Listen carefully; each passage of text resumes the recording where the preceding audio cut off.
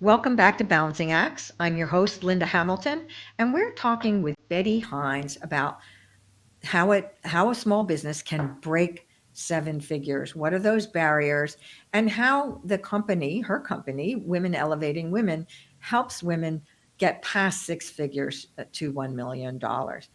Betty, we've been talking about your five pillars. We've talked about communication, we've talked about collaboration, we've talked about courage a little bit. I would like to talk about connection. What is that particular pillar about?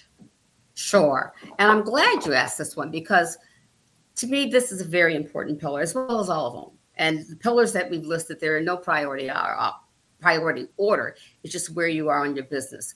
But the connect pillar, it talks about those strategic introductions. I can speak for myself personally.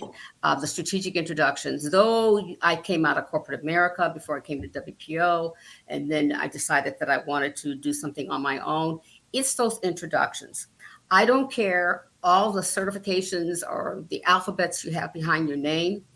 If, for example, Linda, you introduce me to somebody, I know in my mind mentally the process is, well, Linda, I know Linda, we've known each other, blah, blah, blah. And if she made that introduction to me, that person has gone past first base. I mean, it's sort of a vetting process. I'm going to do my own due diligence, but that introduction, because you're Linda Hamilton and you made an introduction, that carries a lot of weight for me because I know you. And that is where women will scale their businesses and need to do more of that. Even if it's not somebody that you feel you can work with, if you know of someone else that you've met and you say, hey, look, Susie here, she's doing something like that. She could use that sort of input or that kind of relationship. We need to do more of those introductions. Guys will do it all the time. Hey, Joe, do you want in on this? Yeah. So to me, strategic introductions are very important, have been very helpful to me. There are a lot of people or a lot of companies or organizations that I did not know, but someone took me by the hand at a networking event. Because when you go to a network, you need to go to the network for a purpose, not just to have the wine and cheese, but you go there for a purpose. And when someone is going to make an introduction for you, honor that introduction and know that they made that introduction for a reason. Carry that with you and follow through and make the connection because you never know what pot lives at the end, what golden pot lives at the end of the rainbow. So that's something very valuable that we encourage our members to do. I don't care if you're at a six-figure business or if you're under six figures. If you continue to make introductions and you have positioned yourself with other businesses that you have the integrity and that you're very authentic about your business, they will do those introductions for you. Oh, that you said so much very valuable information in that, and you're talking about what you called a strategic introductions. So, what is some of the strategy a small business owner can you use? How can they be strategic about either asking for connections or making them? Mm-hmm. When you're going to an event, and if you're not going to an event, but if you let's because it's separate. If you have a mentor, then you will talk in one-on-one to your member about what your needs are, and they'll be doing a session with you. But if you're going to an event, understand what is this event? Who? Because you're not going to meet everybody. You're not trying to meet Lottie Body and everybody. You want to go in there with the intent of, I've seen that this person has signed up, or I know this company is going to be there. Okay. So you find out in your audience, in your community, does anybody know? Who knows?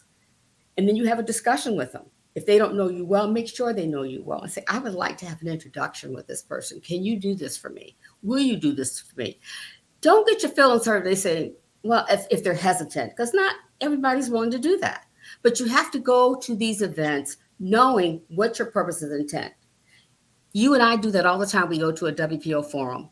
There's thousands, there's at least 800 people that are there. We're not going to meet them all, but we do know there's certain people that we do want to connect with.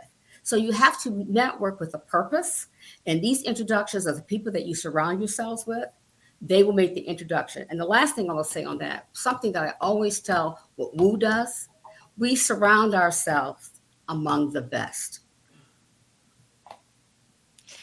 And I love that you're reminding me, yes, I go to a lot of events Am I always strategic about going them? No, because I'm a people person. I love Mhm. people. I love talking to people and connecting. But if you want to make it worth your time, because I was just talking to a business owner the other day who mentioned to me that she was spending a great deal of money going to conferences and waiting for business to come from it, through referrals. I mean, you're asking for an introduction, not necessarily a referral. That's an easy ask Mhm. if it comes from the right person. But when you have that purpose, how do you justify spending the money, especially if you're in the low six figures? How can they balance that? I think they have to be very selective. You don't have to go to every event. All you need is like one or two really big hits or relationships, and then you grow and you scale. So I have on my calendar right now. I mean, you probably got more than I do, but all these events based off the people that we know, we could be gone like 7, 8 times a year. Right. And we don't. I had to disappoint somebody and say, I just can't do it. I just have too much on my plate. So you have to select and make a determination. Am I attending this event just to be seen? Or am I attending this event because I have some intentions? What are my intentions? If my intentions is to get additional business or to put my company name out there so we can do some business with them, that's another indicator in itself. So it's really, what is your intent? Again, to be seen, because you don't have to be in all the photo shoots. Exactly. That's what I tell my people. You got to pick and choose. Yeah. Exactly. And I think some of what you're saying that both of us do is we're supporting others who have Yes. events. So some of this time we want to show up because we're trying to support the people we know and who want to have a successful event. But if you're considering going to an event, I mean, this show is called Balancing Acts, and balancing is about strategies. It's balancing your Mhm. time. It's balancing your wellness. It's balancing how you spend your money. Does the going to this conference to connect, does it help you accomplish your goals? And you always want to think about that and maybe plan out the year in advance. You talked You about do. KPIs earlier, right? So Right. what do you want to spend this year on it, and be deliberate about how to approach that.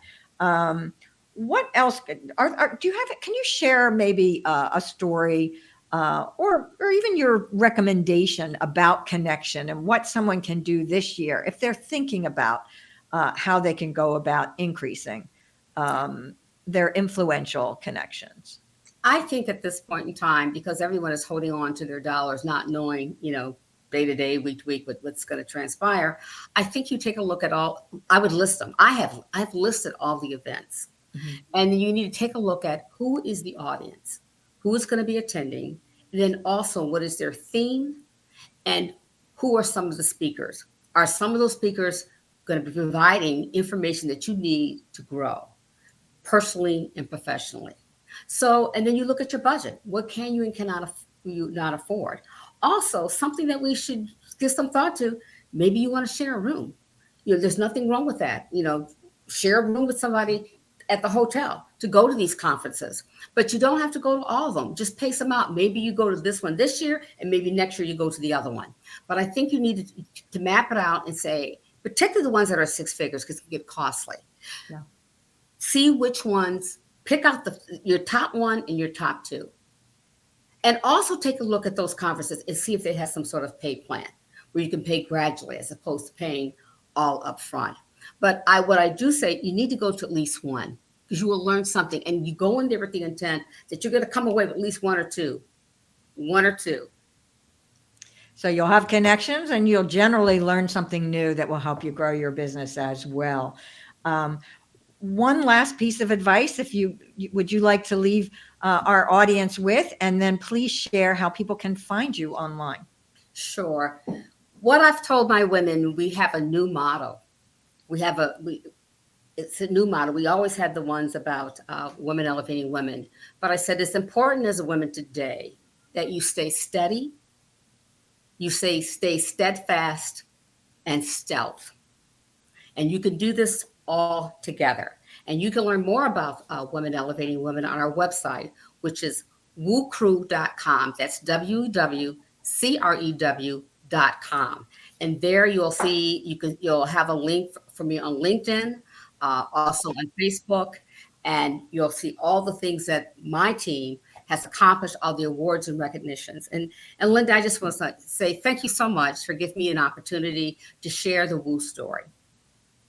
Oh, it was my pleasure, Betty, to talk to you. I love talking to you about ways women can be successful in growth because I think we share a common passion for wanting to help women succeed. And I hope the takeaways from this for our audience are uh, look for ways to make some new connections this year, map it out, plan your finances, and look for some accountability and support. Check out Betty's website. She's always posting some great things online as well. And we hope you'll come back next week for another great episode where we'll be talking about new ways to balance the growth and success of your business and having a healthy lifestyle as well.